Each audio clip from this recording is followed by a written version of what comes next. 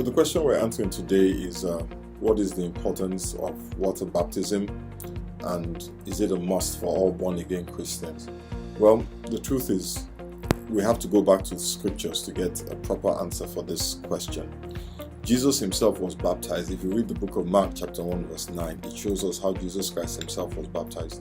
Water baptism is also an act of obedience to the commands of Christ. In Matthew 28 from verses 19 to 20, he actually commanded his disciples to go and make disciples of all nations, baptizing them in the name of the Father and the Son and of the Holy Spirit, and teaching them to obey everything that he had commanded. Water baptism is a public declaration of our faith and our commitment to our Lord and Savior Jesus Christ, and it's a move from death to life. It's a symbol of Christ's burial and Christ's resurrection.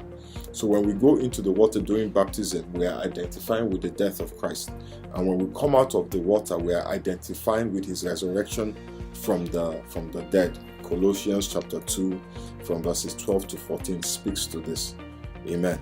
Now, water baptism is compulsory for all Christians. Remember, Jesus Christ said, "Go ye into all the world, make disciples of all nations, baptizing them in the name of the Father and of the Son and of the Holy Spirit." Jesus Christ himself was baptized, even though he was not a sinner.